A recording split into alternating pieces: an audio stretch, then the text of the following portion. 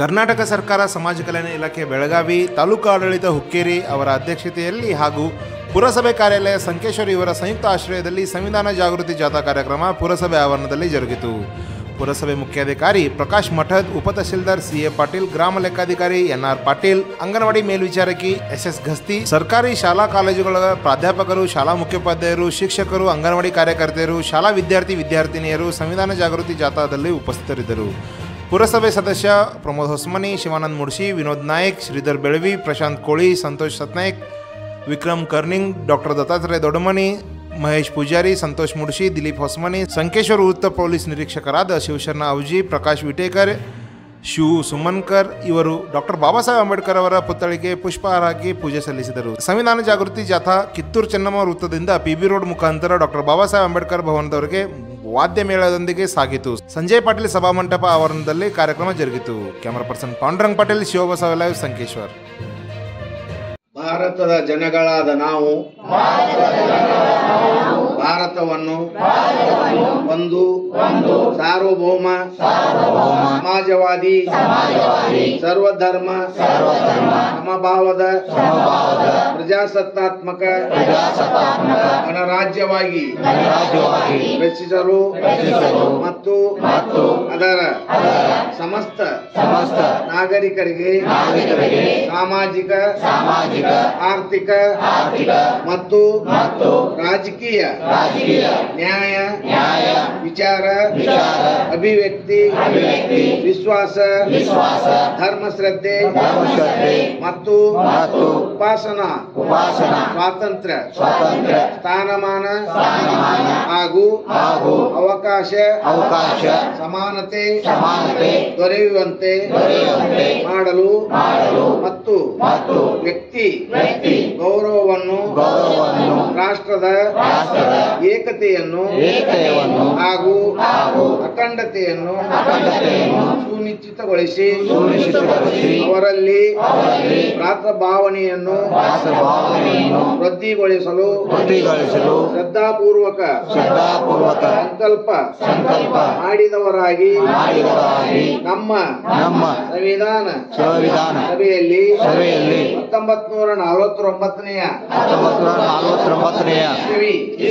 November ತಿಂಗಳ 26ನೇ ತಾರೀಖಾದ ಈ ದಿವಸ ಈ ಮೂಲಕ ಈ ಸಂವಿಧಾನವನ್ನು ಅಂಗೀಕರಿಸಿ ಅಧಿನಿಯಮಿಸಿ ಅರ್ಪಿಸಿಕೊಂಡಿದ್ದೇವೆ.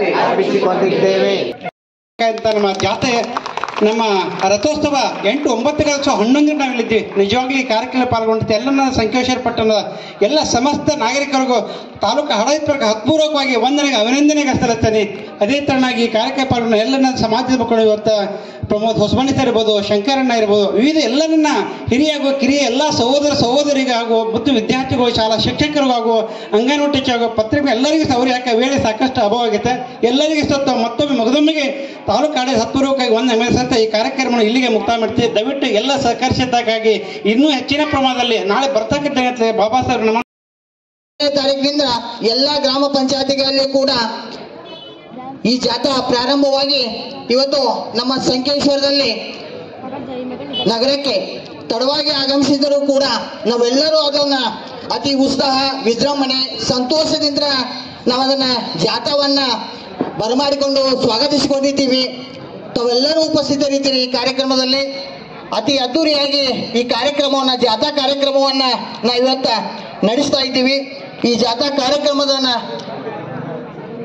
ನಡೆಸುವುದರ ಈ ಅಮೃತ ಮಹೋತ್ಸವ ಗಳಿಗೆಯಲ್ಲಿ ಈ ಕರ್ನಾಟಕ ಸರ್ಕಾರ ಇವತ್ತು ಸಂವಿಧಾನ ಜಾಗೃತಿಯನ್ನು ಎಲ್ಲ ಸಾರ್ವಜನಿಕರಿಗೂ ಎಲ್ಲರಿಗೂ ಈ ಸಂವಿಧಾನದ ಬಗ್ಗೆ ಅರಿವು ಮೂಡಿಸ್ಬೇಕನ್ನೋ ಒಂದು ನಿಟ್ಟಿನಲ್ಲಿ ಇವತ್ತು ಜನವರಿ 26ರಿಂದ ಇಡೀ ರಾಜ್ಯಾದ್ಯಂತ ಈ ಸಂವಿಧಾನದ ಜಾಗೃತಿ ರಥವನ್ನು ಜಾಥಾ ಆಗಮಿಸಿದೆ.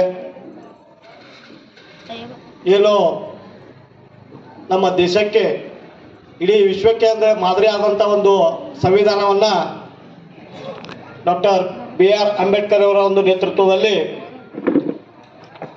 1949 ನವೆಂಬರ್ 26ರಂದು ಸಂವಿಧಾನವನ್ನು ನಮ್ಮ ದೇಶಕ್ಕೆ ಅರ್ಪಣೆ ಮಾಡಿದರು. ಸುಮಾರು 74 ವಸಂತಗಳನ್ನು ಕಳೆದು ಈಗ 75ನೇ ವರ್ಷಕ್ಕೆ ನಮ್ಮ ಸಂವಿಧಾನ ಜಾರಿಗೆ ಬಂದು 75ನೇ ವರ್ಷದಲ್ಲಿ ನಾವು ಮುನ್ನಡೆ ಮಟ್ಟದ್ದು ಮತ್ತು ಅವರೆಲ್ಲ ಸಿಬ್ಬಂದಿ ವರ್ಗದವರು, ಕಂದಾಯ ಇಲಾಖೆಯ ಪಾಟೀಲ್ ಸಾಹೇಬರು, ಶಿಕ್ಷಣ ಇಲಾಖೆಯ ಪಾಟೀಲ್ ಮತ್ತು ಪೂಜಾರಿ ಅವರು ಇವರೆಲ್ಲ ಮುತುವರ್ಜಿ ವಹಿಸಿ ರಾತ್ರಿ 5-6 ಗಂಟೆಗೆ ಬರಬೇಕಾದಂಥ ಒಂದು ಸಂವಿಧಾನ ಜಾಥಾ ರ್ಯಾಲಿ ಈಗ 10-10:30 ಗಂಟೆಗೆ ಸಂಕೇಶ್ವರಕ್ಕೆ ಬಂದಿದ್ರು ಸಹಿತ ತಾವೆಲ್ಲರೂ ಅಧಿಕಾರಿಗಳು ಮುತುವರ್ಜಿ ವಹಿಸಿ ಈ ರ್ಯಾಲಿ ಯಶಸ್ವಿಯಾಗಲಿ ಅಂತ ತಾವು ಏನು ಒಂದು ಕಾರ್ಯ ಮಾಡ್ತಾ ಇದ್ದಾರೆ. ತಮಗೂ ಸಹಿತ ಭಗವಾನ್ ಬುದ್ಧರ ಮತ್ತು ಅನ್ನ ಬಸವಣ್ಣವರ ಡಾಕ್ಟರ್ ಬಾಬಾ ಸಾಹೇಬ್ ಅಂಬೇಡ್ಕರ್ ಅವರ ಆಶೀರ್ವಾದ ತಮಗೂ ಇರಲಿ.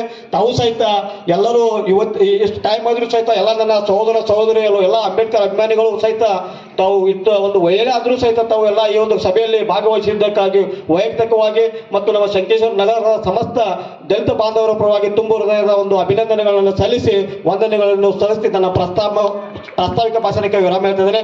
ಜೈ ಭೀಮ್, ಜೈ ಭಾರತ್.